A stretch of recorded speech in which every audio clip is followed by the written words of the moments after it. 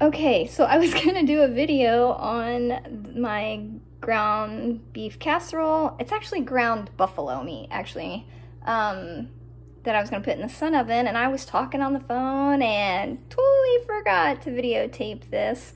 So I'm just videotaping this portion just for ideas that you can do in the sun oven. So there is ground buffalo in there. I cooked it out on the Blackstone. So I'm trying to do things off grid, even though I live on grid. So cook this on the Blackstone grill that's by propane. And then I cut up green beans there. I cut up cucumbers actually and threw them in from the garden. My cabbage from the garden, I chopped it up. Tomatoes from the garden. So I haven't mixed it all yet. And then I actually put in some holy basil and some Thai basil from my garden, chopped it up. And garlic from my garden, I minced it and put it in there. Sorry, I didn't show you all this.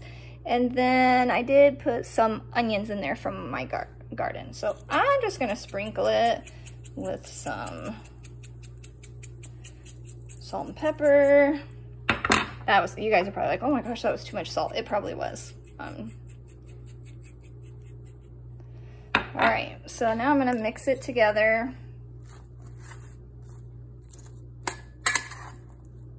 And you could put anything in this.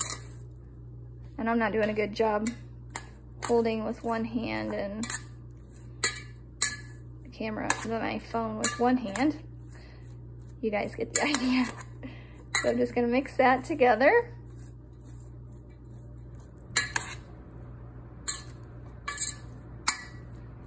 All right, so, and then I don't think I got, yeah, I got the lid out.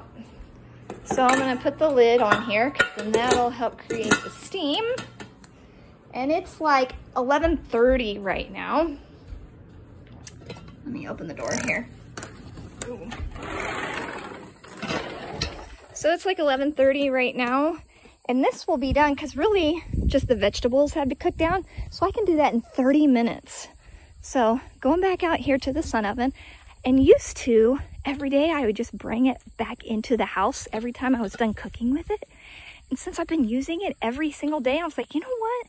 I'm just gonna leave it outside and see how it fares. I worry about like animals like raccoons and stuff, but so far it's been faring very well. So I haven't turned it or anything. It's still left here from cooking the zucchini bread.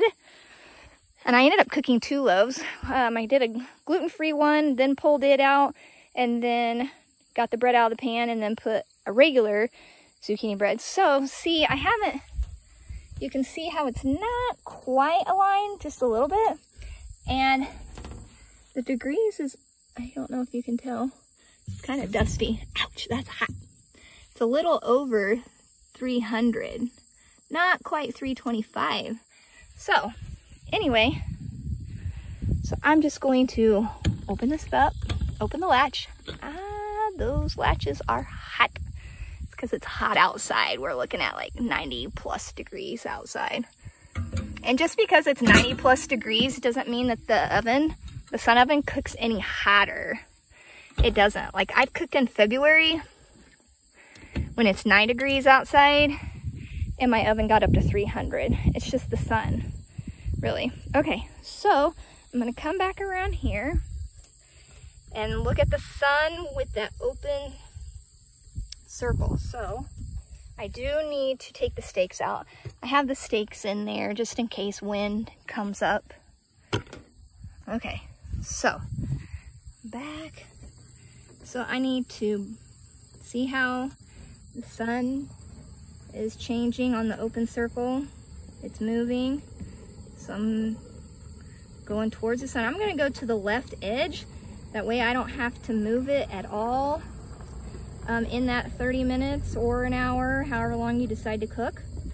However, that open circle is on the top half of the sun circle. So what that means is I need to bring the tilt of the sun oven down.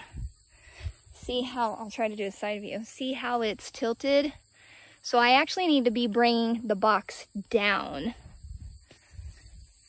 So I'm gonna hit this button here. I'm gonna go to the next notch.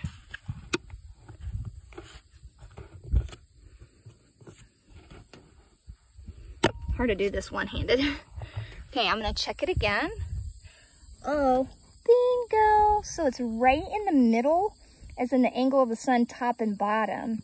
But I do have it on the left side. That way, as the sun moves, the sunlight circle will be moving this way, and it'll be right in the middle. So it's gonna stay at 300 or 350. So that's it.